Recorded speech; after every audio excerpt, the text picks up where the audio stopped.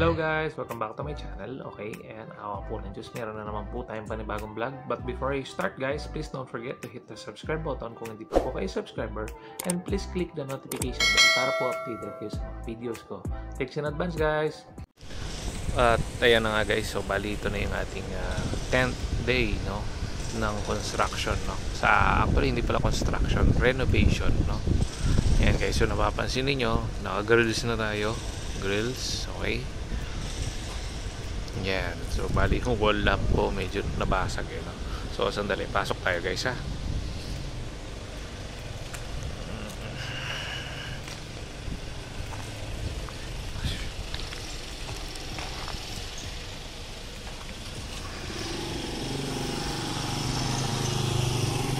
Yan. Yan yung design na napili namin guys, ito. Kasi bawal daw yung mga paganon-ganon, yung mga diamond.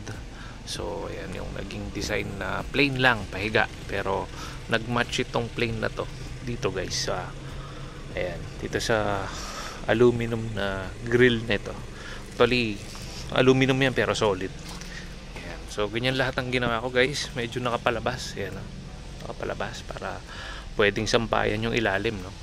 And kahit yung CR, ganyan din. Hindi lang elevated yung pagkakagawa nito, kaya kung makikita ninyo parang paling yung ano niya.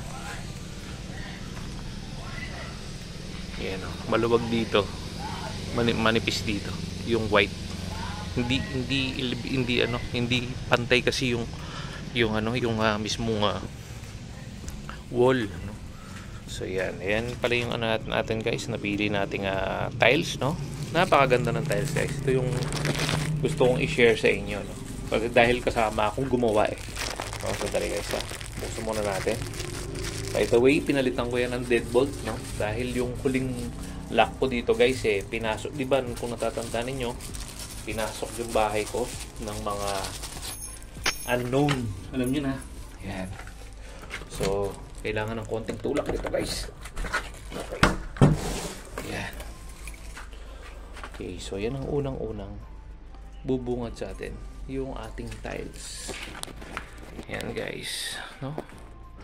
Kasama ako sa nagano nito guys. Kasama ako sa gumawa, no? Ako yung naghalo-halo ng adhesive, ako rin yung nagano.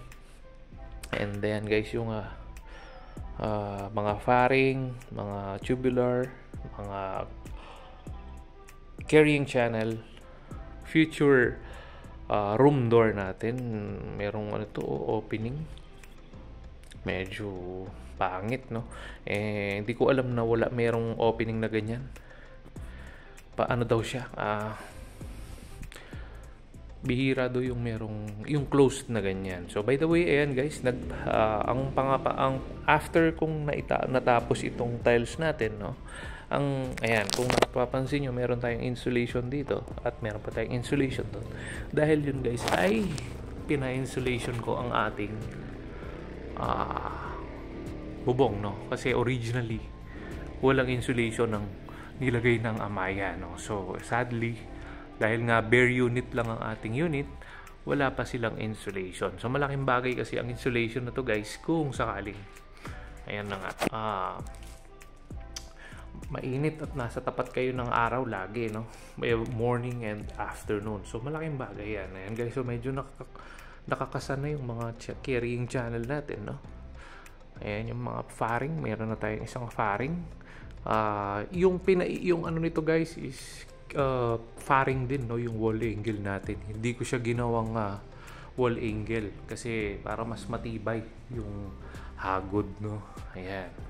At ang pangalawa ko palang pinagawa dito guys ay dinisable ko na itong lumang panel board natin, no? Yan, no? Wala na yan, junction box na lang siya kasi di talaga ako tiwala sa ganito. Ayoko talaga ng panel board na ganyan. At saka yun nga, nung kasing ginawa to guys, di ba kung natatandaan ninyo, ano tawag dito, sinuggest ko agad sa mga new owners na palitan na agad yung wire kasi maliit yung ikinakabit nila dyan. Hindi kaya ng dalawang aircon yung ano natin dyan, yung main wire na kinakabit ng Amaya dyan. Ang ginamit namin na wire dyan is yung nakita namin ginamit ng Amaya dyan ay size 8, which is very impossible na magkaroon ka ng water heater, dalawang aircon for 2 rooms, dalawang aircon, 1, tapos dito 2. So maglalagay ako ng dalawang aircon dyan, no? Kaya ang ginawa ko guys, nagpagawa ako ng new panel board. Ayan guys, no? Ayan. So kung sa nakikita nyo yan guys, dito pa lang sa panel board na to, almost 15,000 na yung panel board, breaker, tsaka yung ano pa lang, yung mga breaker, yan. Breaker, panel boards, yan pa lang almost 15,000 na yan. Kasi yung panel board pa lang 5,500 na. Yung bawat piraso ng breaker is nasa 800. Tapos yung pinaka main yan is 2,000 because it is GE, no? GE yung pinaka main natin. Okay, so GE ito. Yun ang main, 100 amperes, size number 4 yung ating wire na ginamit, no? Going downstairs, ayan. And then, ayan, tatlo yung natin, yung sa aircon, dalawang aircon, isang water heater, then yan, yung mga separate na ilaw, yung mga outlets, ayan, size 12. Na guys, no?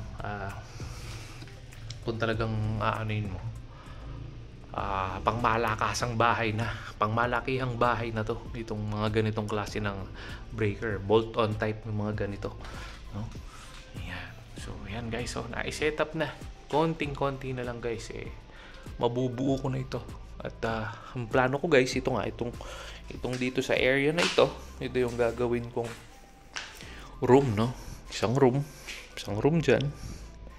Then this will be my kitchen, of course, kitchen, bathroom, washing or laundry area, yun sa may likod, no? And then this is the second room dito. Sasara ko dito yan, dito, and then sasara ko doon, and then from here to there, so bali yan, merong sarahan yan dito. This will be our small living room, no? Yan, so ginawan ko na ng mga abang yan guys, ng ilaw. Yan, ilaw yung pinto, main door, ilaw. Yan, marami ilaw yan guys, no? Pinadagdagan ko, bawat kwarto merong pin light na isa, kahit na isang pin light lang. Yan, no? Breaker ng aircon dito, meron ng lalagay pa lang yung breaker ng aircon dyan. And then ayan ang breaker na naman ng water heater, hindi ko pa pinalagay, no? Pinapa-adjust ko pa kasi. Yan, so meron na rin akong na-install na camera dito. Actually ilalabas ko yan, hindi ko pa lang nailalabas kasi hindi pa naka-wiring yung labas niya, no? Yan, so para pakita ko sa inyo, yan, nakapabutas na sila. Ayan.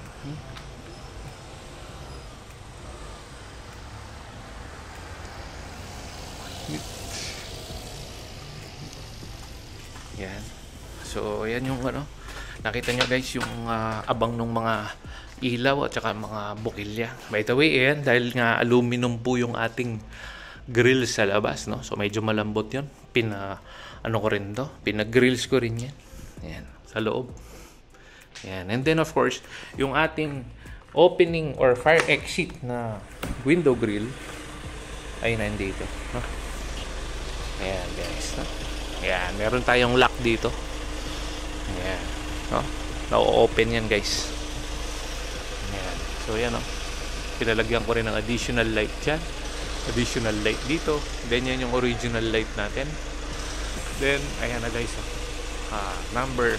size number 1 na po yung ating laki ng PVC pipe para sa electrical. Hindi na po ako nag-NEMA 3R kasi dito lang naman yung panel board ko. Panel board, so going here, downstairs, palalabas dyan, then nakakit na doon. Ayun ang kuryente.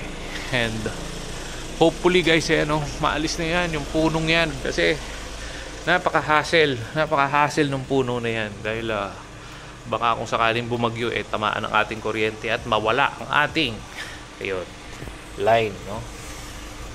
Yan, unfortunately itong itong manggagawa natin, nabasag niya itong wall lamp ko, which is yan guys, so 4124 yan ang ating ang wall lamp ko nabasag niya. So ayan, sakit ng ulo, 1,800 kung binili to, no? Hindi ko alam kung paano kung gagawa ng paraan, kung pwede kong mapagawa ng glass yan, no? Kasi glass yung nabasag, no? So yan, ayan ang sinasabi ko guys, ito yung ano, no, aluminum kasi ito eh. Kaya nagpagawa ako ng another grill sa loob. Ayan yung grill, so kikita nyo ba? Ayan guys, so yung grill sa loob, para kung kanya sakaling alisin man to ng mga kawatan, alisin man ng kawatan to mga to, hindi nila mabubuksan pa rin yung loob. Yan. So that's about it, no? Ito po ang ating house updates, no? By the way, ang ating tiles, ayan guys, porcelain tiles. Mariwasa, no? Yan, maganda. Maganda guys, maganda. By the way, yan, nagpakabit na rin ako ng wifi natin dito, no? Yan, mayroon tayong wifi dito. Ang wifi po natin is RDTS. Hindi ko pa na-check kung gaano kabilis ang ating wifi, pero so far, so good. Mukhang okay naman. Maybe because kami lang ang gumagamit, no? Kaya medyo mabilis ang net natin. Yan, no? Yan, no? Dito may ilaw dito, then may ilaw dito, pin light niya, dahil dito yung pinto ko, dito yung pinto ko, tapos yung pinto na isang kwarto dito naman. Yan. Soon gagawin ko to ng lock, do double lock ko siya. Merong opening dito, tapos deadbolt dito, no? Tapos lalagyan pa natin ng third lock dito, no? Para dito wala na talagang kapasok ang mga kawatan, no? Ayun. So ayun guys, so ano pa ba, wala naman, no? Pasensya na dahil masyado pong busy, kaya hindi na ako nakakapag-vlog masyado. Pero ayun, I just want to share with you guys, no? Hindi muna ako mag-name drop nung gumawa kasi baka hindi ko pa alam kung tutupad siya sa kontrata namin, no? Pero so far, sa nakikita ko to guys, marami-rami na ang natapos namin, no? This is a work of 10 days at ako lang po ang lumilitaw na parang laborer niya. Siya po yung skilled. Nagtawag siya ng electrician, yun yung kapatid niya, no? So ayun ang kinaganda, no guys. Yung contractor ko, skilled siya in other ways, pero yung kapatid niya yung electrician. So marami siyang mga kilala. At saka ano guys, yung labor niya hindi mataas, hindi mahal. Actually ang usapan namin dito halos ano lang, kung kunyari natapos niya ng 3 days yung kunyari meron akong scope of work na itatanong sa kanya, like for example itong tiles na to, ilang araw niya ba talaga matatapos to kung arawan siya. Kung arawan siya, sabi niya matatapos daw niya to ng 4 days. So ang ginawa kong 70% ng 4 days, yun yung additional cost ko. So kung kunyari 700 pesos ang isang araw niya, so 700 times 4 is 2,800. So another 70% of 2,800, yun yung kita niya. So kung kunyari nasa 4,000 plus 4,300, yun yung labor na ano niya. And for me guys, okay yun. Bakit?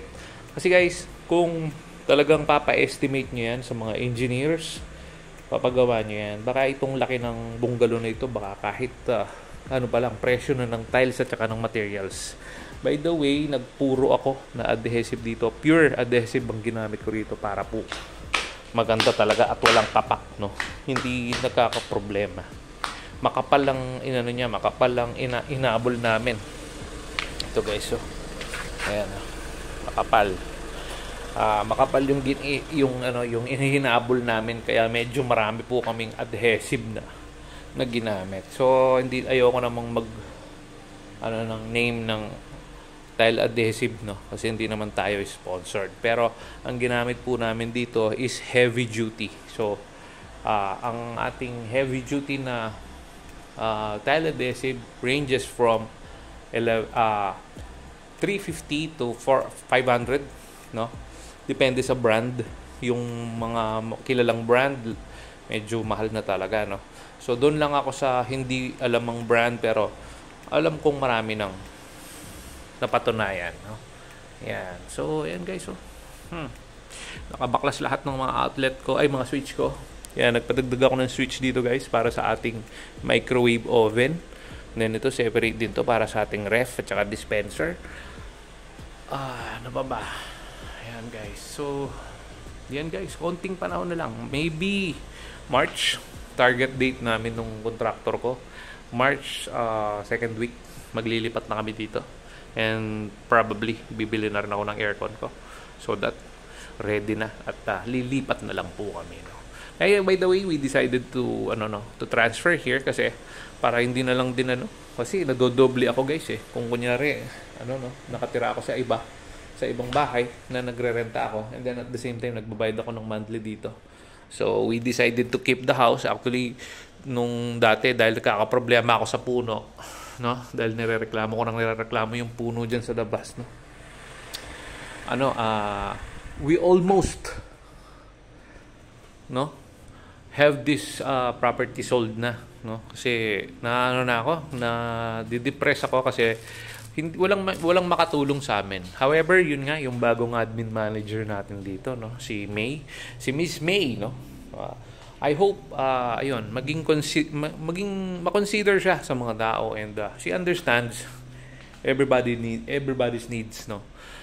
Naiintindihan niya na problema yung puno na yan. So, solusyonan namin yan. Hopefully, in the future, makahanap po tayo ng regular na magtitrim ng puno, no. Ayan. So, ayan po ang ating updates, no. Yan, hopefully, yan.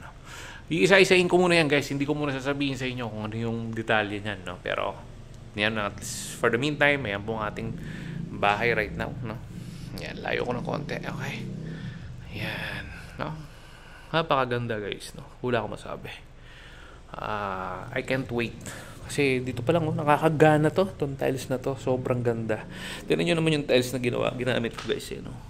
Para siyang yung alam niyo yung bird's nest soup, ganoon ang kulay niya. Minatch kasi namin siya sa CR, guys, ang CR. Actually, dark colors dapat ang ilalagay ko diyan. Kaso si Mrs. gusto yung ganyan dahil daw malinaw sa mata, nakikita yung dumi. So, ayan, nang ganda. Ayan, guys, hindi pa ako hindi pa kami nakakapagpintura. Marami trabaho pa to, guys, hindi pa nakatapos yung grills dito. Ayan, no? Yung window grills natin, ayan. Ganda. Wala akong masabi. Gagandahan ako Pasensya na kayo kung napapangitan kayo. Ako, gandang-ganda naman ako. So, yun, guys. Again, kung may magtatanong po sa inyo kung sino po ang aking contractor, siguro, guys, sasabihin ko na lang pagka po natapos na yung project at kung talagang napabilib niya ako sa kanyang gawa. Ayan. So, ayun, guys. For the meantime, thanks for watching. Ayan, guys. So, alis muna ako ulit. Bye. Hope to see you guys soon. Shoutout pala doon sa pumasyal sa amin ng isang araw. Si ate at saka si kuya, no. Follower ko sila. Sinasabi nila na naka-follow daw po sila sa ating YouTube channel, no. Kinumusta at tinignan kami dito. Natsyempohan niya kami. Kaso marami akong ginagawa kaya hindi ko sila nakausap, no. Ayan. So, ayun, guys. Thanks for watching. Keep safe everyone. Ayan. Bye for now. Bye. Sheesh.